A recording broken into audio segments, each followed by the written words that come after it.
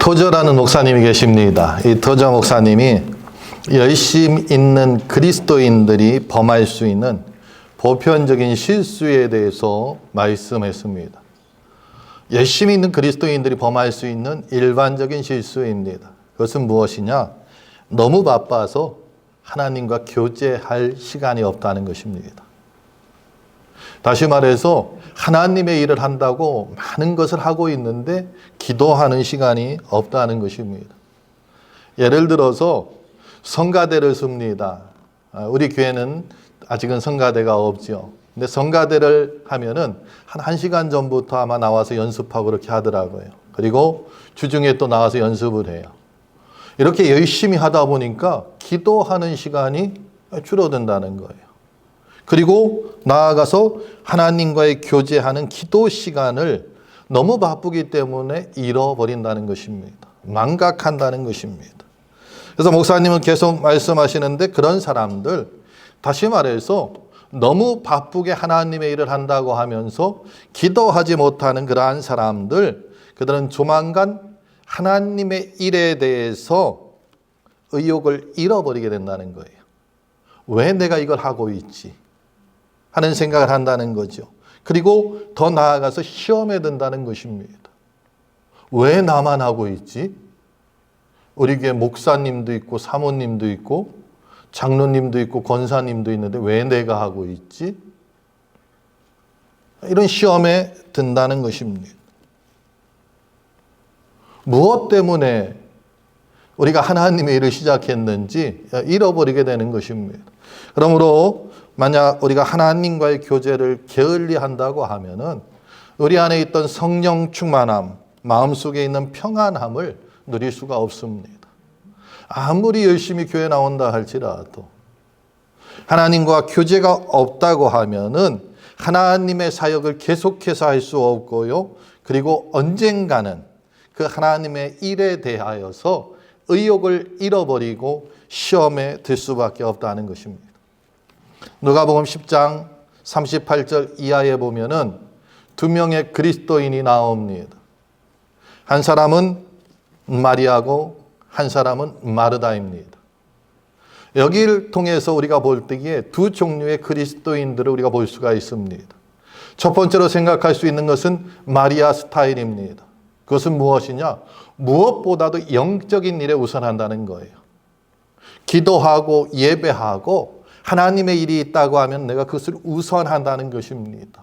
그러다 보니까 그 외의 일을 조금 등한시할 수가 있습니다. 그런가 하면은 마르다 스타일이 있습니다. 이 마르다는 영적인 일보다 관계 중심의 일을 우선하게 됩니다. 그래서 예수님이 오셨기 때문에 피곤하신 예수님을 위하여서 음식을 준비하고요, 쉴 수 있게 하고요, 막 분주하게 다니는데 어떠한 사람은 보니까 그러지 않고 있더라는 거예요. 그리고 그 일에 의해서 시험에 들고 또 하나님의 일을 한다고 하면서 오히려 예수님께서 원하시는 그러한 일을 하지 못하는 경우가 있다는 것입니다. 하나님의 일을 한다고 하면서 기도하지 않는 것, 그것은 바로 우리가 신앙인에서 종교인으로 벗어날 수 있다는 것입니다. 하나님 앞에 우리가 기도 생활하지 않고는 우리는 신앙인의 길을 걸어갈 수가 없습니다. 일반 세상의 종교를 믿는 사람들과 같이 종교인으로서 우리가 살아갈 수는 있지만 신앙인이 되지 못하는, 다시 말해서 하나님이 볼 때는 껍데기만 신앙인인 종교인의 모습을 가질 수 있다는 것입니다. 그렇기 때문에 우리는 영적인 일에 영의 사람이 되기 위해서 노력하고 힘써야 하는데 그것은 기도하는 일에 우리가 더욱더 집중해야 한다는 것입니다. 오늘 말씀을 통해서 우리가 예수님의 기도 생활을 볼 수가 있습니다. 예수님의 기도 생활은 다른 것이 아니었습니다. 예수님은 기도가 삶의 중심이었습니다. 그것은 그냥 생활이었다는 것입니다. 예수님의 삶을 가만히 살펴보면은 항상 기도하고 연관이 되어 있습니다. 예수님이 아무리 바쁘셨다 할지라도 예수님의 공생애 3년에 그 공생애를 보면 바쁘게 활동하셨습니다. 그런데 그 바쁜 중에서도 기도하셨어요. 공생애를 시작하시면서 40일 금식 기도를 하셨습니다. 침례 받으실 때도 기도하셨고요. 12제자를 세우실 때도 기도하고 세우셨다는 것입니다. 예수님께서 이 땅에 오셔서 많은 사람을 고쳐주셨는데 그냥 고쳐주신 것이 아니라 기도하고 고쳐주셨다는 거예요. 말씀하시기 전에도 기도하셨고요. 말씀하신 후에도 기도하셨습니다. 가는 곳마다 기도하셨고요. 하시는 일들을 위해서 기도하셨던 주님을 우리는 보게 됩니다. 나를 위해서 기도했습니다. 다시 말해서 예수님 자신을 위해서 기도했습니다. 뿐만 아니라 다른 사람들을 위해서 기도했습니다. 그리고 하나님이 주신 사명을 위해서 주님은 기도를 쉬지 않으셨다는 것입니다. 기적을 일으키기 전에도 기도하셨고 기적을 일으킨 후에도 기도하셨습니다. 많은 문제들 앞에서 이 문제를 해결하기 위해서 고민하고 번뇌하고 어떻게 할까? 그것을 찾기 전에 먼저 기도하셨다는 거예요. 위기 앞에서 어느 때든지 주님은 기도로 모든 일을 헤쳐나갔다는 것입니다. 특별히 십자가에 달려 돌아가시기 마지막 일주일은 더욱더 기도에 집중하셨습니다. 최후의 만찬으로 다락방에 모였을 때 주님 기도하셨습니다. 잡히시기 전날 겟세마네 동산에서 기도하셨습니다. 심지어 운명하시기 전에 십자가상에서도 기도하셨다는 것입니다. 주님은 기도로 시작해서 기도로 끝났습니다. 그의 삶의 중심에 항상 기도가 있었다는 거예요. 이것을 마태가 소개를 합니다. 우리 한번 말씀을 볼까요? 4장 23절 함께 읽습니다.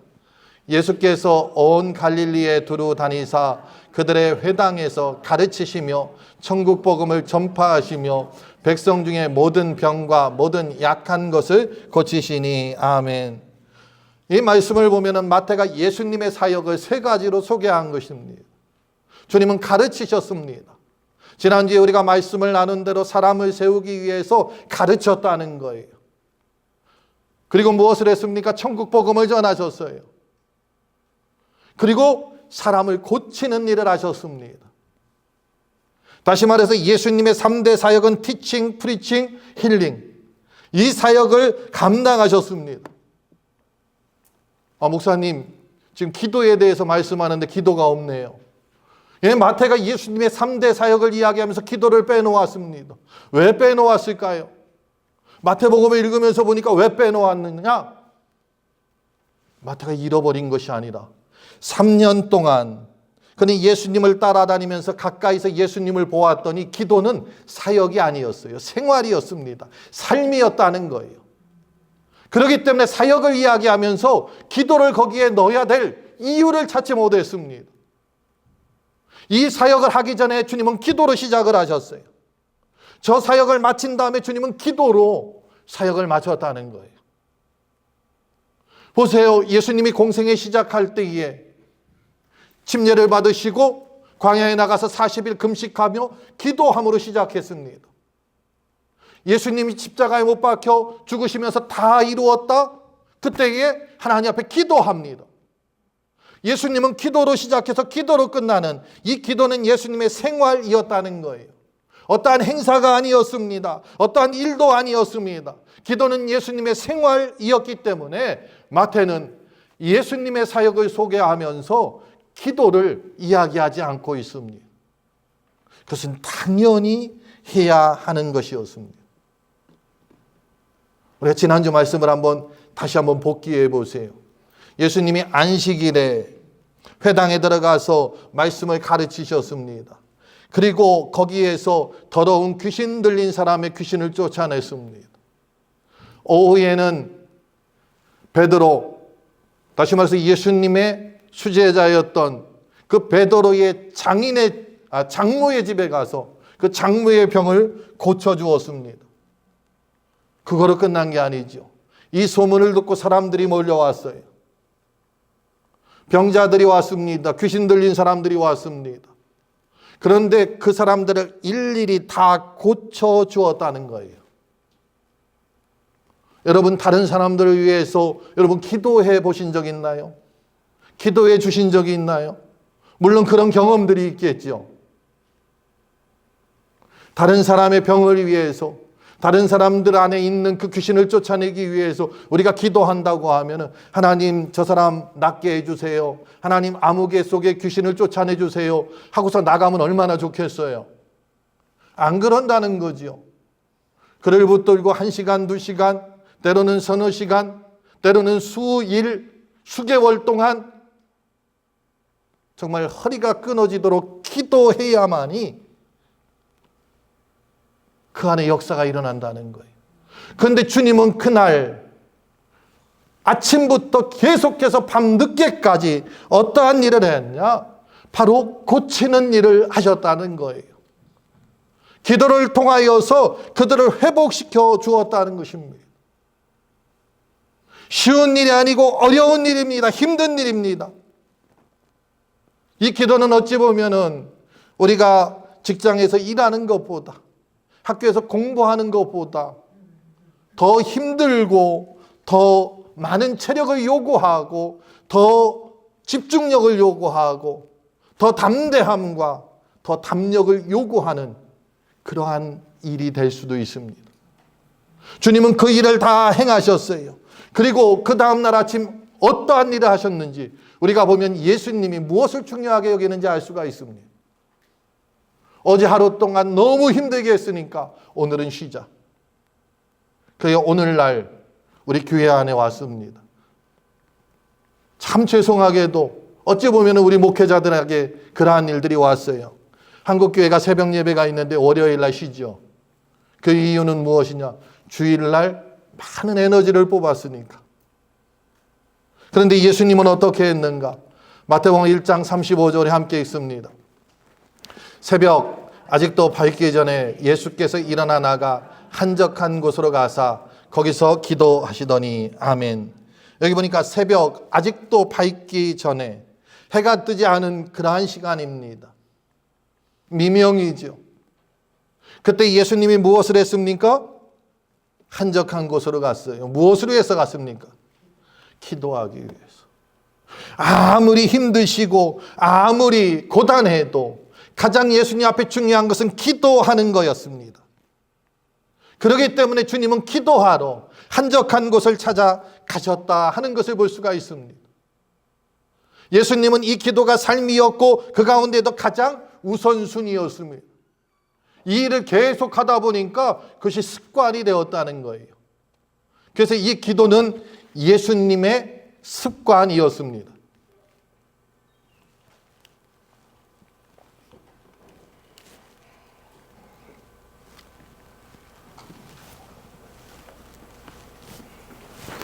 누가복음 22장 39절 40절 우리 같이 한번 읽어보겠습니다. 우리 함께 읽겠습니다.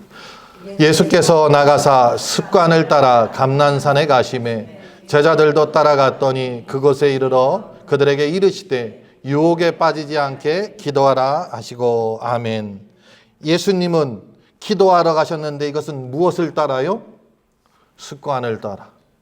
기도는 예수님에게 습관이었습니다. 우리가 한번 습관이 들면 잘 바꾸기가 어렵잖아요. 그래서 좋은 습관을 가져야 합니다. 우리 옛말에 3살 버릇 80까지 간다는 말이 있습니다. 습관은 바꾸기 어렵다는 거예요. 그래서 어려서부터 좋은 습관을 가져야 된다는 것입니다. 이 좋은 습관은 우리 인생에 큰 도움을 줍니다. 그러나 반대로 나쁜 습관은 인생에 참 어려움을 겪게 합니다. 그러므로 우리는 항상 좋은 습관을 가져야 되는데 이상하게도 좋은 것보다 나쁜 것이 훨씬 더 습관에 잘 듭니다. 우리 주변에 보면은 약속보다 한 5분 늦는 분이 있습니다. 그런데 거의 안 바뀌어요. 항상 5분 늦어요. 습관이 됐기 때문에 그렇습니다. 그뿐만 아니죠. 우리 안에 습관이 된 이 나쁜 것들이 있습니다. 때로는 어떠한 분들은 거짓말하는 분도 있어요. 그런데 계획하고서 일부러 하는 분도 있지만 그냥 그것이 습관화가 돼가지고 자신을 감추는 것이 습관화가 되고 그런 걸 통해서 거짓말하는 분들도 있습니다. 그래서 우리는 좋은 습관을 가지기 위해서 노력해야 합니다. 특별히 예배 드리는 습관은 좋은 습관을 가져야 합니다. 우리가 예배를 신령과 진정으로 드릴 때에 하나님이 받으시기 때문에 우리는 좋은 습관을 통해서 예배의 중요성을 자꾸 우리 자손들에게 가르쳐야 합니다.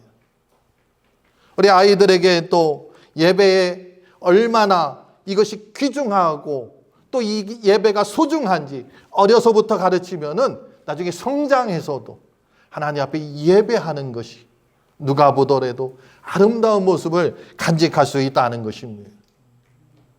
예수님은 습관에 따라서 기도하셨습니다. 다른 것을 습관으로 가진 것이 아니고 기도하는 것을 습관으로 가졌다는 것입니다. 어떠한 분들은 보면은 한 곳에 오래 머물지 못하는 분이 있습니다. 직장에 들어가도 한 2년 있다 바꾸는 분이 있어요. 익숙해지면 자꾸 바꾸려고 하는 분이 있습니다. 그런데 그것도 습관입니다. 그런가 하면은 어떠한 분들은 집에 있는 살림살이를 철이 되면은, 때가 되면은 바꾸는 분들도 있어요. 물론 여유가 있으니까 우리가 바꿀 수도 있습니다. 그런데 이것도 어찌 보면 우리의 습관입니다. 2, 3년 있으면 실증이 나는 경우도 있습니다. 사랑하는 성도 여러분, 우리가 할 수 있는 그러한 습관을 기르는 것 중에 그 무엇보다도 영적인 좋은 습관을 기르는 하나님의 사람들 되시길 바랍니다. 특별히 무엇보다도 기도하는 습관을 가진 하나님의 사람들 되기를 주의 이름으로 축복합니다. 그래서 예수님처럼 새벽에도 기도하고 저녁에도 기도하고 무슨 일이 있기 전에 기도하고 그 일을 마치고서 기도하는 우리가 될 때에 우리는 영적인 사람으로 거듭날 수 있습니다. 예수님에게 기도는 우선순위였습니다. 그 무엇보다도 예수님에게는 기도가 가장 우선순위였다는 것입니다.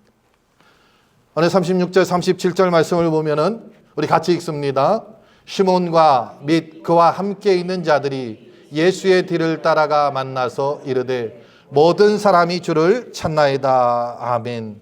여기 보니까 예수님께서 새벽에 기도하러 가셨는데 조금 있다 시몬과 다시 말해서 베드로와 함께한 사람들이 예수님을 쫓아왔어요. 예수님이 습관을 따라서 기도하는 것도 알고 있었고요. 기도하신다는 것도 알고 있었다는 거예요. 그래서 따라와서 모든 사람이 주님을 찾습니다. 이 찾는다는 것은 집요하게 추적한다는 거예요. 예수님을 추적해서 무엇을 요구하느냐? 지금 사람들이 찾고 있습니다. 어떠한 사람들이 찾을까요? 어제 미처 오지 못한 사람들. 어제 미처 고침받지 못한 사람들. 다시 말해서 병자들, 귀신 들린 사람들. 그들이 예수님을 찾고 있는데 예수님 지금 뭐하고 계십니까? 지금 한가롭게 이렇게 기도하고 있을 시간이 아닙니다. 와서 고쳐야 합니다. 지금 이렇게 말씀하고 있는 것입니다. 그런데 이 말씀을 들은 우리 주님 뭐라고 말씀하고 있습니까? 같이 이 말씀도 함께 읽습니다. 이르시되 우리가 다른 가까운 마을들로 가자. 거기서도 전도하리니 내가 이를 위하여 왔노라 하시고 이에 온 갈릴리에 다니시며 그들의 여러 회당에서 전도하시고 또 귀신을 내쫓으시더라. 아멘. 보세요. 예수님이 지금 어떻게 하셨습니까? 시몬과 그 쫓아온 무리의 이야기를 듣고 다시 간 것이 아니라 다른 곳으로 갔다고 말씀하고 있습니다. 다시 말해서 시몬의 요청을 거절하셨습니다. 지금 그곳에 아픈 자들이 있고요. 그곳에 귀신 들린 자들도 있는데 그것을 아랑곳하지 않았습니다. 다른 마을로 갔습니다. 거기서 해야 할 일이 있다는 것입니다. 어떠한 일? 전도하는 일. 주님께서 이 땅에 오신 그 사명이 무엇인지 주님은 그 사명을 향하여서 사명을 이루기 위하여서 때로는 사람들의 요구도 거절했다는 거예요. 그래서 예수님 앞에 가장 우선순위는 무엇이냐? 하나님이 주신 사명이었습니다. 그걸 위해서 기도했다는 것입니다. 하나님께서 주신 그 사명을 내가 놓치지 않게 하나님 항상 내 안에 생각나게 하시고 기억하게 하시고 그것을 묵상하게 하십시오. 기도를 통해서 그것을 알았다는 거예요. 생각하고 있었다는 거예요. 그래서 사람들의 요청이 있을 때에 이곳에 가면은 어찌 보면은 예수님은 그곳에서 완전히 그 히로가 될 수 있습니다. 영웅이 될 수 있는 거예요.